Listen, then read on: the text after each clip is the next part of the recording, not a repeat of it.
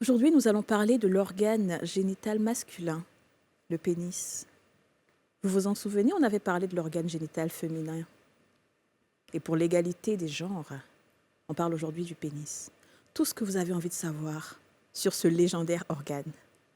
Longueur, largeur, taille, épaisseur, compétences, performance. À tout à l'heure.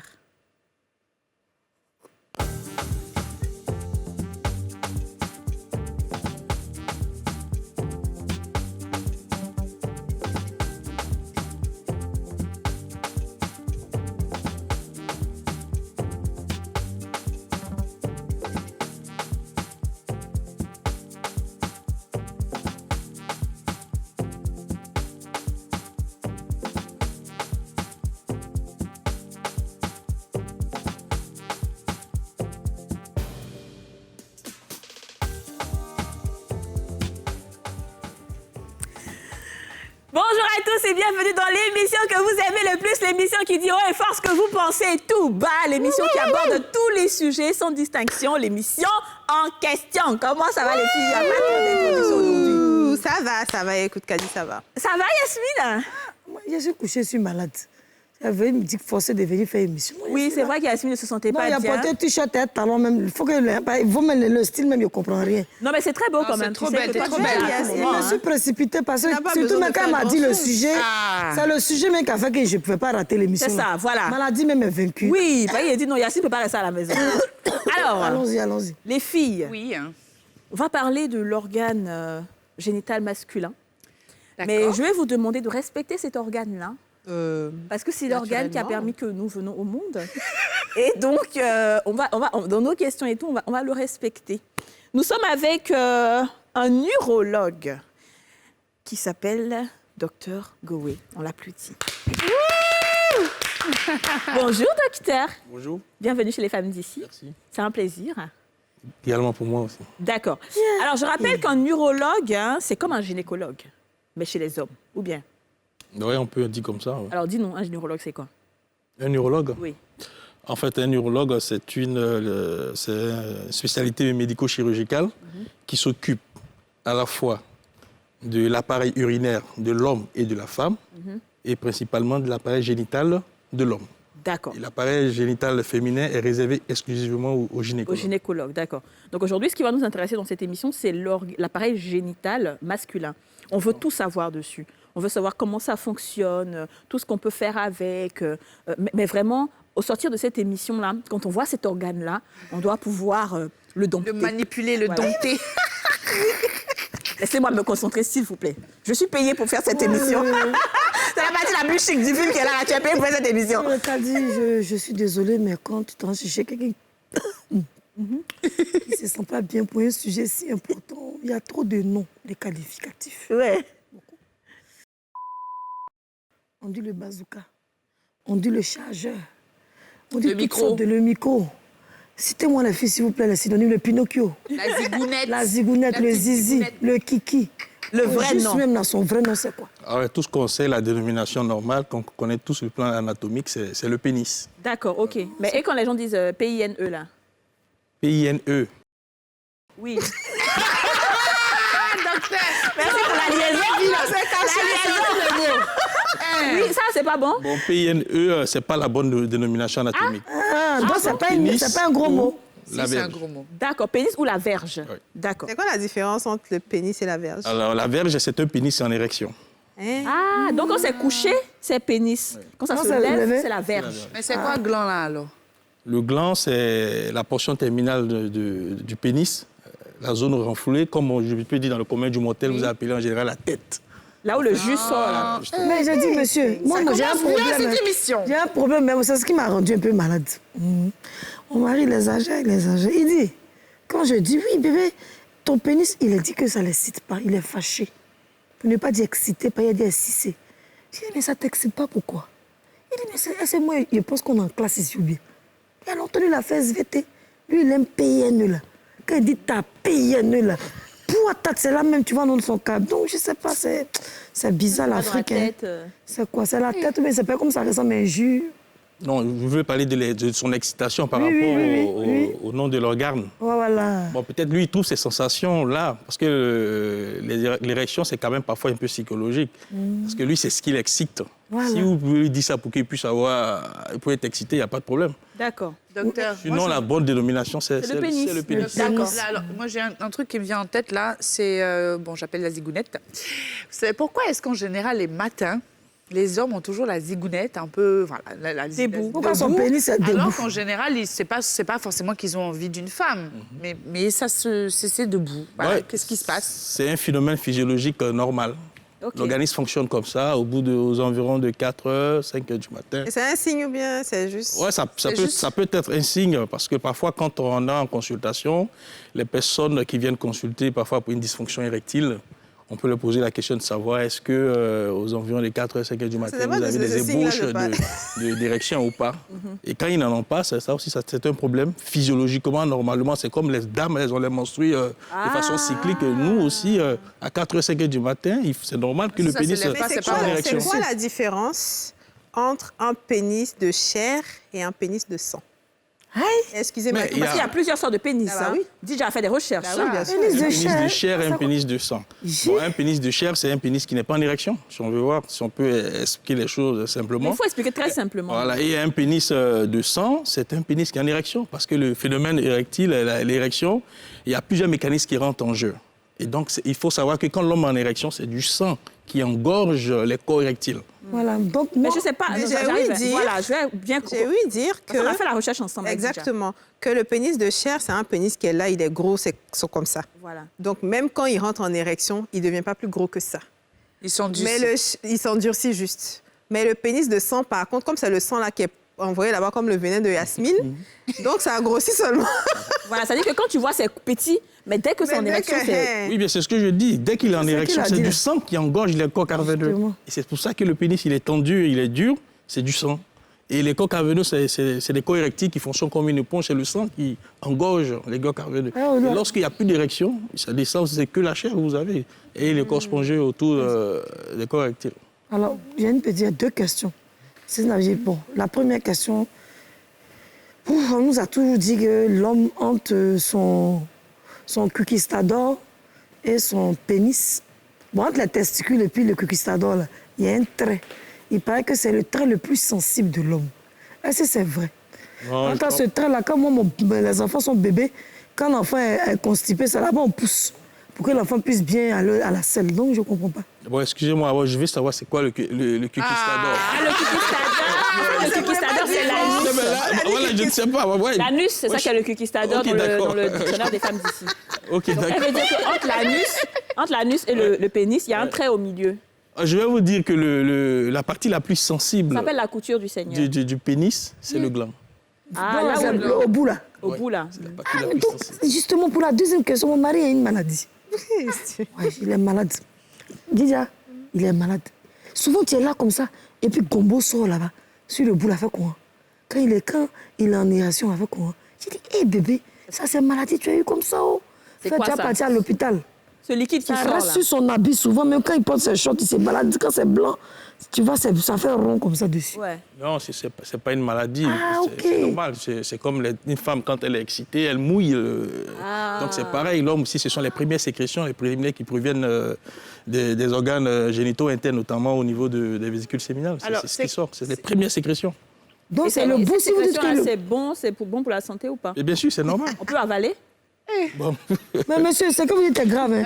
Dites-moi, docteur, bon, vous savez, il y a beaucoup de polémiques sur la durée des rapports sexuels pour un homme. Un homme qui dit il fait 20-30 minutes, il se dit que c'est un homme puissant. Il y en a d'autres qui disent scientifiquement qu'un bon rapport d'un homme, c'est 5 minutes, 10 minutes. Donc pour vous, en réalité, enfin, dites-nous clairement, quelle est la vraie durée d'un rapport sexuel pour un homme?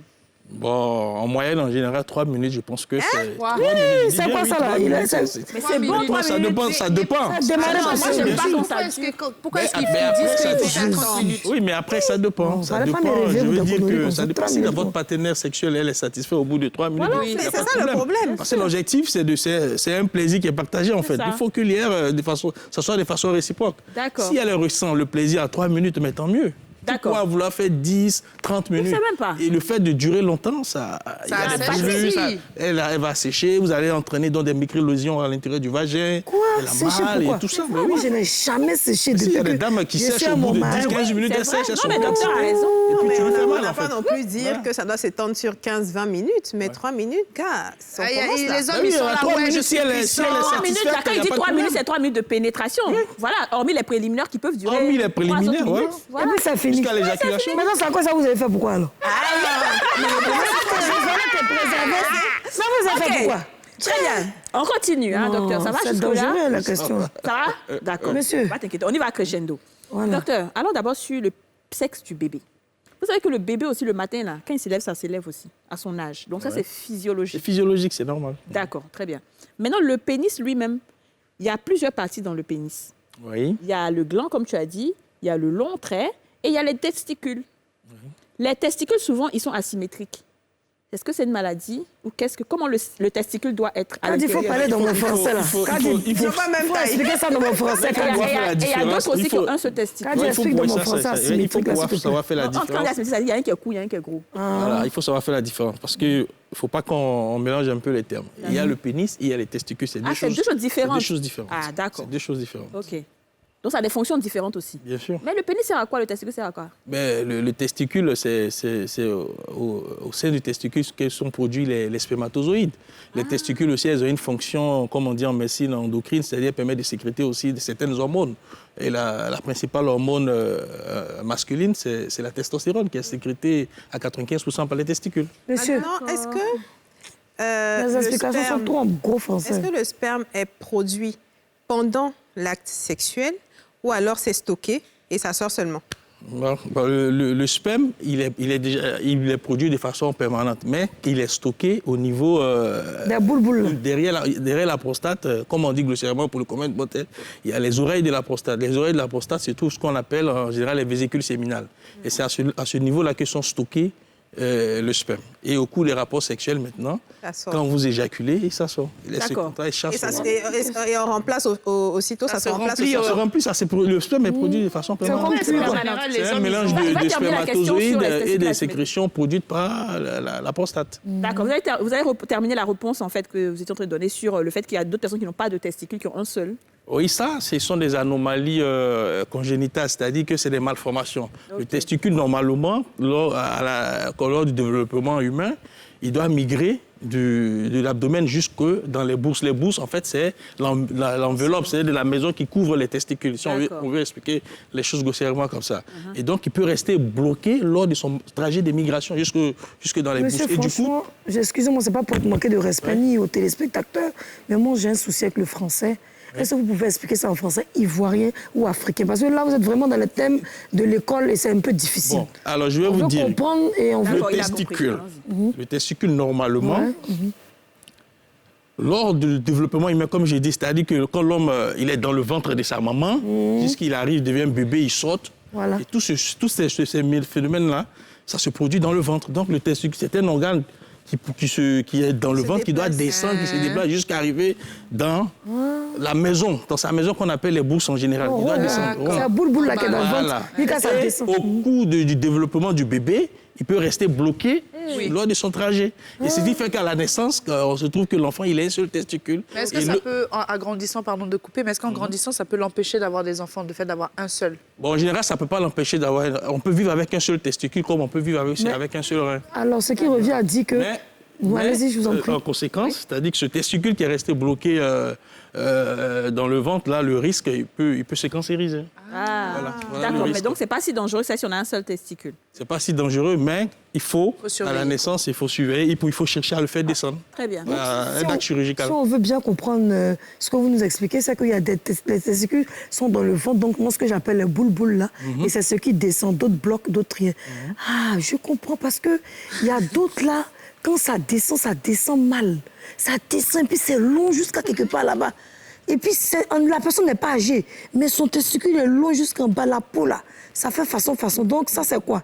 C'est mal descendu un coup, c'était pressé. Ça là, il faut pouvoir faire la différence. Voilà. Parce qu'il y a des personnes qui ont Des hernies. On appelle une hernie. Des hernies, ouais. Voilà, parce qu'un testicule, moi, dans ma connaissance, j'ai jamais vu un testicule qui descend jusqu'en bas. Ça peut être gros. Mais elle a vécu beaucoup de choses. Ça peut être gros.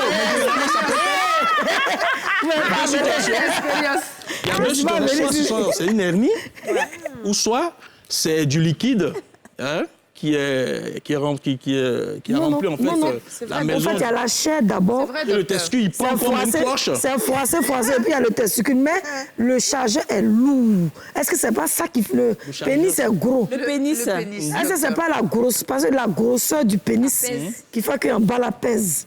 Non, ça n'a rien à voir. C'est deux choses différentes. Le pénis, en fait, il n'est pas connecté au testicule. Parce que ceux il n'y a aucun rapport.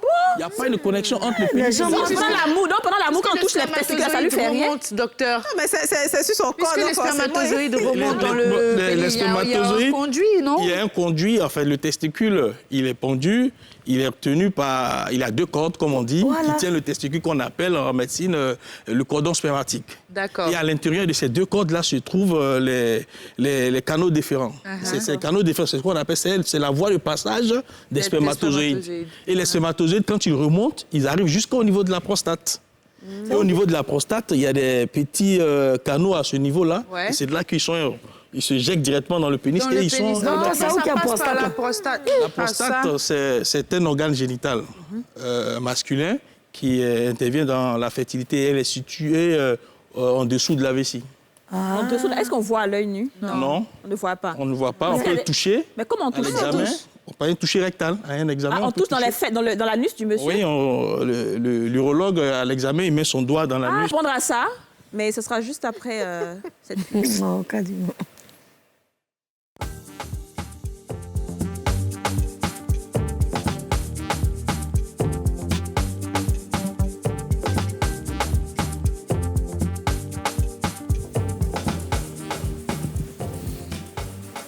Dr Gowé est avec nous aujourd'hui sur ce plateau. Il nous parle du pénis. Le pénis sous toutes ses coutures aujourd'hui. On apprend énormément. Alors, docteur, avant de partir en pub, on parlait de la prostate.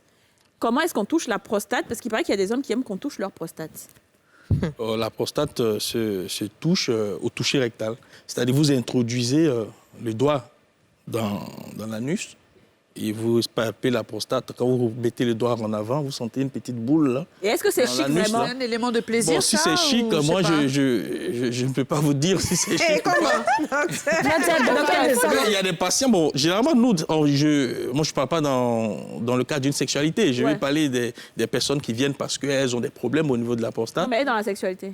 Bon, dans la sexualité, moi, j'ai aucune expérience, puisque je ne peux pas vous dire si il y a une sensation ou un plaisir sexuel. Je parlais de l'hernie avant la pub. L'hernie est due à quoi? La hernie, en fait, ça dépend de quel type d'hernie, mais si on veut parler de l'hernie du ventre, là... Non, des testicules. Les testicules, c'est parce qu'il y a une partie de l'abdomen, du ventre, qui n'est pas correctement fermée. En médecine, on parle de point faible de l'abdomen. Et c'est ces parties-là qui laissent passer les intestins. Ce que vous voyez, ce sont les intestins, les viscères qui descendent jusqu'aux testicules, jusque dans les bourses, en fait. Alors, docteur, vraiment, j'ai un problème aussi. Nous, les femmes, on aime utiliser ce qu'on appelle cristaux de menthe. C'est-à-dire que quand on prend le cristaux de menthe maintenant, et puis maintenant où on pisse là, on souffle des dents. On souffle où ça? On souffle dans tout des pipines. L'urètre. Voilà, on appuie la peau pour que ça s'ouvre un peu. Mais si tu as la peau, c'est qu'il n'est pas circoncis. Si tu fais comme ça, non, il est circoncis, mais quand tu fais comme ça, le trou là, ça fait un peu. Et puis on souffle dedans. Souvent aussi, d'autres prennent gel douche et le produit parfumé, c'est à Oko. Tu es enfant des gens. Là-bas, les brûle. Donc comment ça se passe? Bon, la question est laquelle? La première question, c'est cristaux de menthe, on souffle. Est-ce que c'est bon? Parce que c'est un produit qui n'est pas... Est-ce que ça peut découper le plaisir d'un homme si on utilise ce genre de produit? C'est juste du vent que vous envoyez, de l'air que vous envoyez dans l'urètre. Si ça lui procure plaisir, tant mieux. Mais si vous pensez dans le sens où cela va lui provoquer certaines maladies, moi, je n'en connais pas. En tout cas, franchement, ça ne peut pas le provoquer. Mais tant qu'il a du plaisir, il n'y a pas de problème. Et le truc parfumé. Maintenant, en ce qui concerne les produits parfumés, ici, ça peut entraîner des irritations au niveau de la muqueuse de l'urètre. Ça, c'est les gens qui font à Oko, là. Voilà, mais juste du vent, vous soufflez de l'air. Ils n'ont qu'à prendre quoi pour faire le Oko? Du savon simple? Mais pas savon parfumé. Pas savon parfumé, beurre de karité. Oui, beurre de karité, ouais. Des pourquoi huiles. pas. Beurre de je karité, sais pas, très bien. moi. Le pénis moyen est de quelle taille? Bon, un pénis en moyenne, c'est... En érection. En érection, bon, je vais donner la taille normal, normale d'abord. Ok. Normalement, il est autour de 10 cm. Et lorsqu'il est en érection, il peut pousser jusqu'à 13, 5, 14 cm. Mais c'est la norme. Hein, parce qu'il y a des variétés anatomiques. Il y a des personnes qui ont plus gros que ça. Il y a des personnes aussi qui ont encore des petits pénis qu'on appelle des micro-pénis. Des micro-pénis? Justement, D'accord. pourquoi quelqu'un peut avoir petit pénis? Ouais. Qu'est-ce que c'est? C'est des variétés anatomiques. Comme je dis, ça peut être génétique? des malformations, ça peut être génétique, mais Est-ce que parfois... ils n'ont pas tiré ça quand il était petit ou bien? Non, pas du tout. Généralement, quand vous naissez, vous avez un pénis en moyenne de 3-4 cm. Mais je vais revenir sur... Quand vous grandissez au fur et à mesure, il revient à une longueur normale de 10 cm. On peut tolérer peut-être jusqu'à 7 cm. D'accord, ok. On demande ça en fait pour savoir, est-ce qu'il y a des méthodes pour aider à grossir le pénis? Parce qu'on a un reportage qu'on va regarder tout de suite. Les méthodes pour aider à grossir le pénis que je sers, c'est de la chirurgie. Ah Mais en dehors de ça, D'accord, je sais en qu'il tout y a cas... des choses qu'on voit sur les réseaux C'est sociaux ça. et autres, tout ça. Mais chirurgicalement, il y a des qu'on appelle en médecine, en sciences, la pénoplastie ou la phalloplastie. Très bien, on va revenir à ça, mais avant, on va regarder cet élément-là sur les produits pour le pénis. Difficile d'arpenter cette rue sans que cette étrange sculpture en bois n'attire notre regard. Plus de 40 ans que Ouraga est tradipraticien. Les problèmes liés à l'appareil génital masculin semblent n'avoir aucun secret pour lui. Faiblesse sexuelle, éjaculation précoce, pression morte, les garçons qui sont impuissants. Même si ça ne va pas jusqu'à 5 ans, j'ai fait un traitement de 1 mois pour que ça s'élève et soit garçon comme avant. Et le produit le plus prisé parmi la pléiade de médicaments qu'il propose à ses clients, c'est cette pommade verdâtre.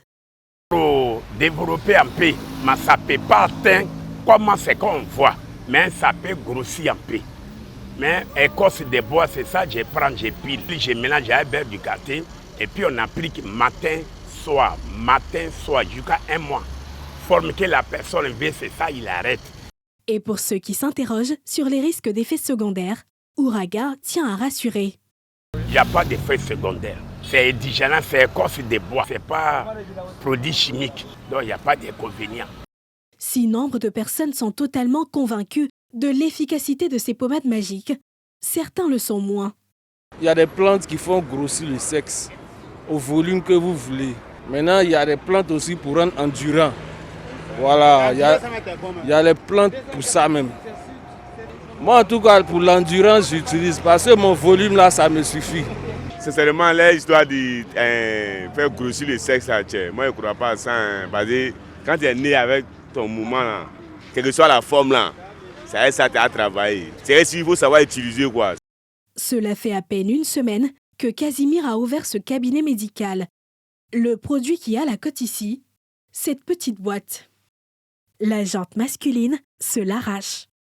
Tu enlèves un peu, tu mets dans ta main et tu mets sur le 3e pied là. Tu flottes. Un peu. Quand ça bande un peu, tu fais comme tu es en train de faire truc pour que ça rentre dans les pores. C'est dans les pores, ça rentre et ça fait grossir. Au repos, le pénis mesure en moyenne 10 cm et presque 13 cm 50 en érection. Pour gagner quelques centimètres en longueur et en circonférence du pénis, les hommes ont recours de plus en plus aux praticiens traditionnels qui leur proposent des potions magiques. Waouh! Bon, ça veut dire qu'il y a la demande. S'il est en train de faire même une boutique et tout, c'est qu'il y a la demande. On va aller doucement pour comprendre, pour essayer de cerner tout ça. Qu'est-ce qui provoque les éjaculations précoces? Bon, l'éjaculation précoce, moi je pense que, vous savez, je vais essayer d'illustrer, donner une image. Bien sûr. Alors, si vous n'avez pas l'habitude de faire du sport, quand vous allez courir, vous êtes vite essoufflé. C'est ça. Ouais. Mais si vous n'avez pas l'habitude d'avoir les rapports sexuels, parce que l'éjaculation précoce, ça peut s'éduquer. C'est-à-dire que si vous avez l'habitude d'avoir 3, 4, 5 rapports par semaine, vous allez voir que ça va retarder. L'organisme va s'habituer et ça va allonger le temps de l'éjaculation. Donc c'est pas parce que c'est doux.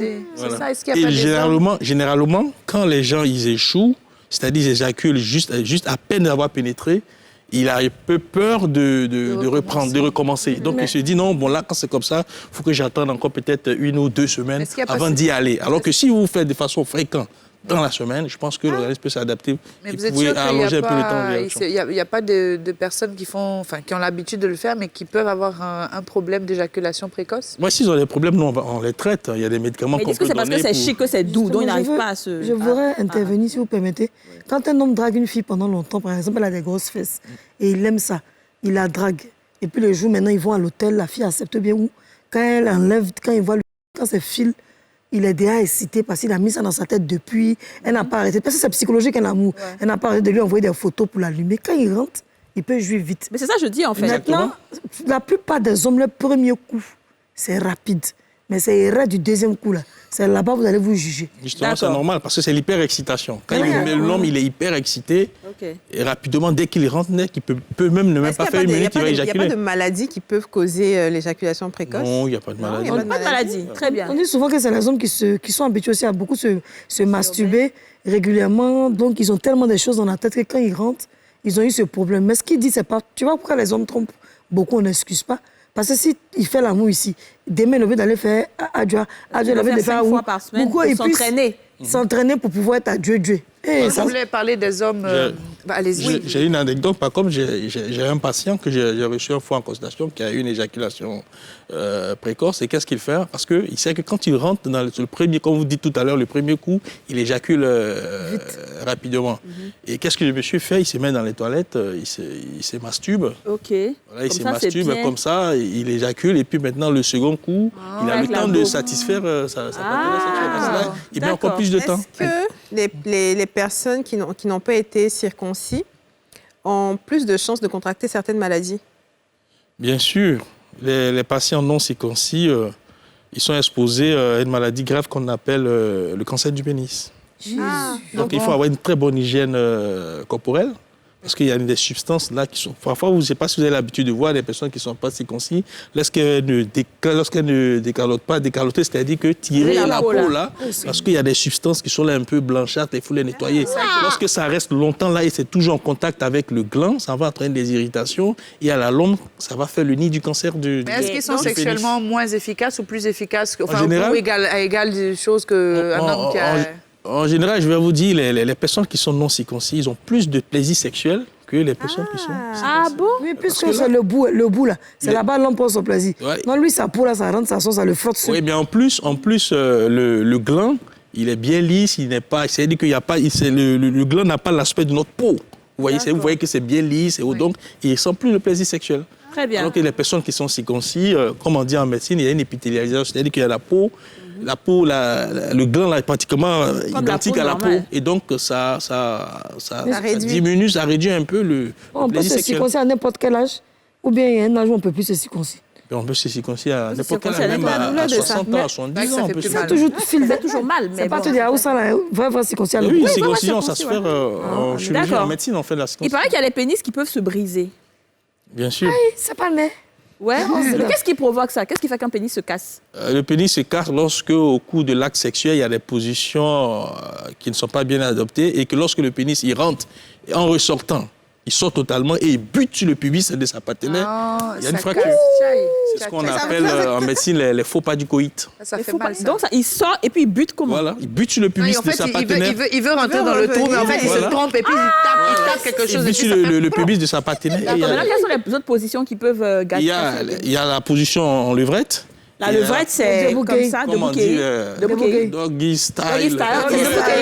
Voilà. Et ensuite, ça casse le pénis. Ça casse le pénis. Et il y a la position quand la femme aussi, elle s'oublie, le monsieur, il est couché, elle monte et descend, elle monte et descend. Il ne faut pas trop sortir, il faut rester. Laisser toujours le pénis à l'intérieur du vagin. Il ne faut pas sortir pour remonter comme si tu étais en train de faire. C'est-à-dire que vous sautez totalement, et puis vous revenez, si vous ne faites pas attention, et que le pubis également bute sur le pénis, il peut se fracturer. Alors, quoi d'autre? Est-ce qu'il a terminé les positions?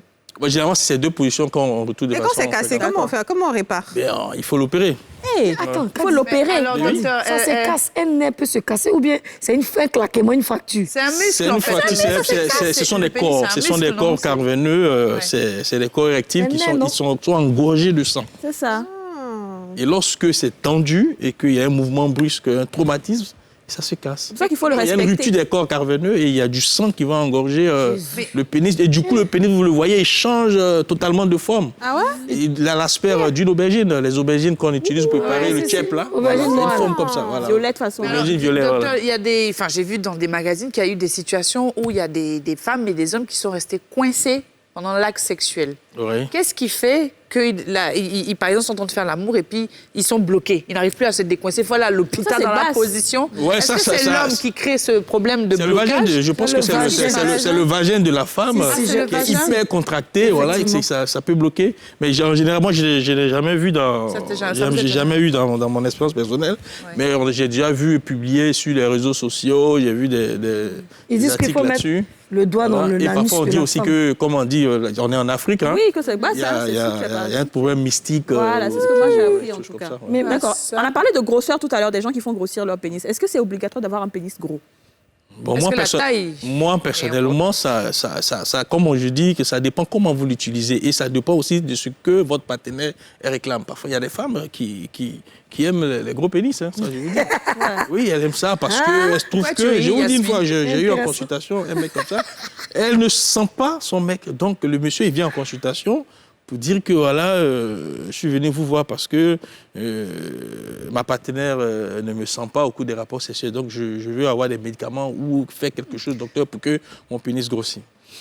Que j'aime mon pénis, je pense qu'il n'est pas gros, il est tout petit. Alors donc, je l'examine, je le déshabille, je regarde, je dis, mais vous avez un pénis de taille normale. C'est elle qui a le problème. Donc c'est elle qui a le problème. Voilà. Alors justement, je sais Donc que... qu'est-ce qu'il a fait après ça? Mais je lui ai dit, voilà, on ne peut pas faire mieux que ça parce que vous avez un pénis de taille normale. Et donc le problème, ça se situe au niveau de la sa femme. partenaire sexuelle. Alors... Donc ça dépend si elle ne le sent pas. Je pense qu'il y a parfois des positions qu'il faut adopter, c'est ce que je lui ai dit. Il faut adopter un certain nombre de positions pour que ta partenaire te sente. Sinon, ton pénis, il n'est pas petit, c'est un pénis de taille normale. Normal. Et donc, au retour de la pub, on va marquer une pub, tu nous diras les positions qu'il faut pour que la femme sente. Il y a pas de... Très bien. On marque une pause publicitaire et on se retrouve tout juste après pour cette belle émission.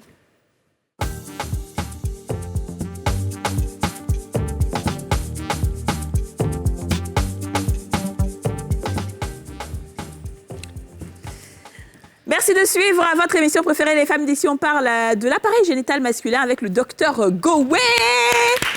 Juste avant de partir en pub, rapidement, docteur, on va voir les positions qui permettent à un homme qui a un petit pénis de se faire entendre dans la maison. Alors, je vais vous donner une position. Je ne sais pas si toutes les femmes l'adorent, hein, mais elles sentent lorsque la femme elle est couchée sur le ventre. Oui. Et le monsieur, il n'est pas derrière. Ah. Il la prend pas derrière, couché, hein, pas en position doggy style. Elle est couchée à plat ventre et lui, il la prend pas derrière. Non, c'est pas toujours vrai. Mais ça, c'est il y a des femmes qui le sentent. Les femmes qui ressentent ça. Okay. Il y a également, je ne sais pas comment dire, les positions comme ça, couchées sur le côté. Voilà, très bien. En ciseaux.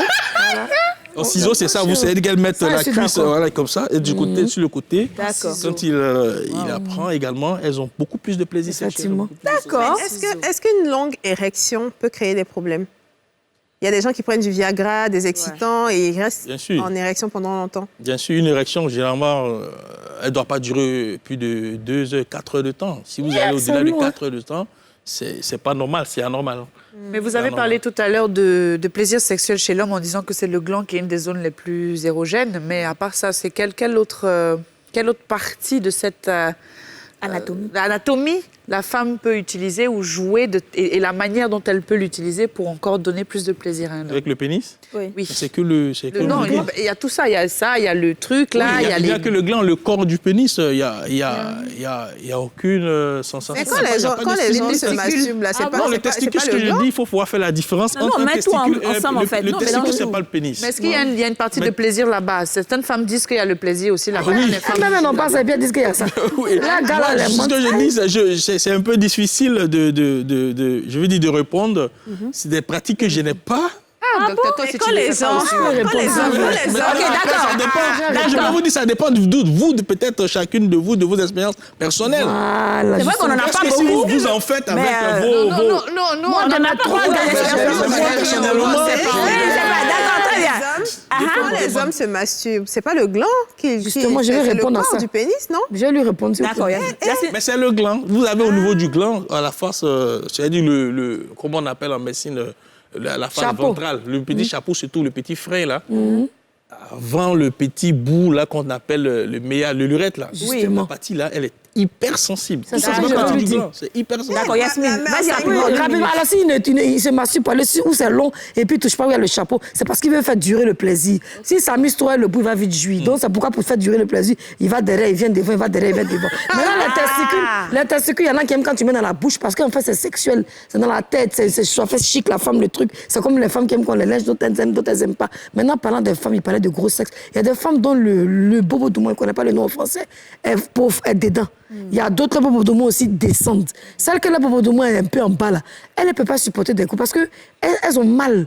Donc elles disent qu'elles divorcent même le monsieur parce que ça leur fait mal. Il y a d'autres, elles sont plus profondes. C'est pas de la largeur, il n'y a pas de la profondeur. Donc la profondeur a besoin de quelque chose qui allait taper dans la profondeur parce que c'est ça là. Truc qui est comme gauche qui est là-bas, qui fait qu'on a du plaisir. Très bien. Alors, parlons de l'hygiène. Tout est comme gauche, c'est quoi? Tout est comme gauche. Il y a un truc dans le clitoris. Il y a le col de l'utérus. L'utérus à l'intérieur, oui. Dans le point G, peut-être. Il y a ça, là. Il y a un truc encore. Quand c'est sur le salon, donc on ne peut pas savoir si c'est même chose que tout le monde. À l'intérieur du vagin? Entre moi, elle, la poêle, il y a quelque chose. Je ne savais pas faire ma toilette. Mais nous, au moment où nous avons appris qu'on doit mettre le doigt dedans. Donc, en mettant le doigt, il y a un truc où, souvent même, quand bon, c'est ça. C'est le col de l'utérus. C'est le col de l'utérus. C'est la chose que vous pouvez toucher à l'intérieur. C'est le col. Dans le fond, c'est le col de l'utérus. Très bien, c'est bon. On a à la fin de l'émission, les filles. On est à la fin de l'émission et il faut qu'on ait toutes les réponses à nos questions. Allons sur l'hygiène des hommes. Parce que est-ce que les hommes vont en consultation comme les femmes vont en gynécologie chaque jour, par exemple? En matière d'hygiène? Et combien de fois ils doivent partir? En matière d'hygiène? Hygiène et santé. Non, généralement, quand vous recevez un homme en consultation, comme en tant qu'urologue, au niveau du sexe, ils viennent le plus souvent pour des IST en général. En dehors des IST, des affections, ils viennent pour consulter pour la prostate. D'accord. Et quelles sont les infections sexuellement, enfin, les maladies liées à l'organe génital masculin? Voilà, les maladies sexuellement, liées, comme on dit, liées sexuellement transmissibles, il y a les urétrites. Les urétrites, en fait, c'est une infection, c'est une IST qui est peut-être due au grenouille, comme on appelle chaudipisse, là. C'est que tout le monde dit chaud de pisse, voilà, il pisse. Et parfois, il y a un peu de pus, les écoulements qui sortent au niveau du sexe. Voilà, il peut venir consulter pour ça. Ou parfois, ce n'est pas forcément du pus, c'est un écoulement blanc, clair, filant. Généralement, il peut venir consulter pour ça. Appelle blanche. Et parfois aussi, il peut venir consulter parce que, voilà, il a mal aux testicules, les testicules grossissent, ça fait très mal, il fait la fièvre. Il vient consulter. Généralement, chez les sujets jeunes, les plus jeunes, on pense le plus souvent à une IST. Mais chez les personnes âgées au-delà de 50 ans, la première cause qu'on recherche, on se dit non, il ne vide pas correctement sa vessie. Et c'est probablement ça, les urines infectées qui ont dû provoquer... Donc il faut vider sa vessie. Est-ce que la prostate, quand on a une maladie liée à la prostate, je ne sais pas si c'est seulement le cancer qu'on a à la prostate, est-ce que ça se guérit ou est-ce qu'il faut retirer la prostate? Bon, voilà, il faut savoir qu'au niveau de la prostate, il y a 3 maladies en général qu'on traite. Il y a l'infection au niveau de la prostate qu'on appelle la prostatite. Il y a également le fibrome, comme les femmes font le fibrome de l'utérus. Il y a un fibrome aussi au niveau de la prostate. C'est une augmentation non cancéreuse du volume de la prostate. Et ensuite, il y a le cancer de prostate. Okay. Alors, si vous avez une prostatite, on ne va pas enlever la prostate. On va simplement vous traiter avec des antibiotiques. Okay. Et si vous avez un fibrome de la prostate, on peut vous donner des médicaments pour vous aider à bien vidanger votre vessie. Ou si ça ne marche pas du tout, on vous fait une chirurgie de la prostate. On ne va pas enlever, mais on va juste faciliter le passage des urines. Et ensuite, si vous avez un cancer de prostate, le traitement va dépendre du stade évolutif de votre maladie. Si c'est un cancer qui est confiné au niveau de la prostate au stade de début, on vous retire toute la prostate. Mais si vous avez un cancer qui est très avancé, généralisé, on ne pourra plus vous retirer toute la prostate, mais on va quand même faire un traitement pour empêcher l'évolution de la maladie. Un homme jeune qui a peut-être... si on retire la prostate à un homme jeune, il peut toujours concevoir? Non, parce que je vous ai dit que la prostate, c'est un organe génital. Si on vous retire la prostate, c'est fini, vous ne pouvez plus faire d'enfant. D'accord. Moi, je voulais savoir l'hygiène. Parce que nous, les femmes, quand on fait pipi, on prend le temps quand même de se nettoyer avant de remettre la culotte. Chez l'homme, quelle est l'hygiène à adopter quand ils vont faire pipi? Parce que beaucoup de gens... Il n'y a pas d'hygiène à adopter. Vous faites pipi, on a fini d'épicer, c'est fini. Vous faites à ce qu'il n'y a plus de gouttes au niveau du sexe. Il faut secouer au maximum pour ne plus qu'il y ait de gouttes. Il ne faut pas prendre de l'eau, rincer. généralement, ce sont les... Excusez-moi un peu les thèmes, il y a certaines religions qui en pratiquent ça. C'est quand c'est fini, c'est... Moi, j'ai vu les chrétiens, mais il n'y a pas de consigne particulière. Après, ça peut couler. Il y a des gouttes qui peuvent se sentir pipi. Mais même des femmes, parfois, elles vont uriner. C'est pour ça que certaines portent des protèges slip et tout ça. Est-ce que vous, quand vous urinez, vous faites toujours les toilettes vous mettez de l'eau à chaque fois? Oui. Tu es assise, tu te sens bizarre, que tu es mouillé. Tu as pas des pipis, même pas. Il n'y a pas ça, il n'y a pas de consigne. D'accord, déjà à la fin de l'émission, on va demander, docteur, de nous donner un conseil aux jeunes adolescents qui découvrent leur sexualité, qui découvrent en fait leur pénis. Qu'est-ce que tu peux leur donner comme conseil Qu'est-ce que je peux leur donner comme conseil? Les jeunes adolescents qui découvrent leur pénis. Leur sexualité. Bon, c'est leur dire d'abord, il y a un certain nombre de pratiques qu'il faut éviter. Éviter, comme je dis, de prendre des substances pour grossir le pénis. Parce qu'un pénis, il a une taille normale à partir de 7-10 cm. Ils n'ont pas besoin de prendre. Secondairement, ils sont encore jeunes. Ils n'ont pas besoin d'aller prendre des substances aphrodisiaques ou, comme on dit, certaines substances qui sont vendues sur le marché, parce que ces substances-là peuvent exposer donc, à certaines maladies, que je viens de dire, notamment le priapisme. Voilà, donc c'est des choses qu'il faut éviter. Il faut rester naturel. Voilà. Il faut rester naturel. Même s'il pense qu'il a un petit pénis et tout, il faut qu'il reste... Et souvent, les enfants, ils comparent. Souvent, ils se comparent entre eux. Oui, mais c'est normal. Moi, j'ai déjà vu des situations comme ça, des mères venues en consultation pour dire mon fils, il a un petit pénis. J'ai dit, mais votre fils n'a pas fini de grandir. Voilà. D'accord. À l'âge, quand tu es adulte jeune, en moyenne, c'est 10 cm. C'est à quel âge ça ne pousse plus, là? À partir de quel âge ça ne pousse plus? Mais c'est ce que je dis. Si vous avez l'âge adulte et que vous avez moins de 7 cm, vous savez que vous avez un micro-pénis. Un micro-pénis. On prend une traceuse pour placer... Mais le pénis, normalement, on mesure la taille lorsque il est au repos. Normalement, au repos, c'est 10 cm. Et quand il est en érection, il va à 13, 14 cm. D'accord. Maintenant, comme j'ai dit au début, il y a des gens qui peuvent avoir, ça peut être un peu plus gros que ça. Ça peut être plus gros. Voilà. Très bien, merci beaucoup, docteur Gowé. Franchement, j'espère qu'on a eu toutes les filles ont eu des réponses. J'espère que les téléspectateurs aussi ont eu des réponses à toutes les questions que vous posiez sur l'appareil génital masculin. De rien, pas la peine de nous remercier. C'est notre travail. On l'a fait avec beaucoup d'amour et beaucoup de passion. Bye bye.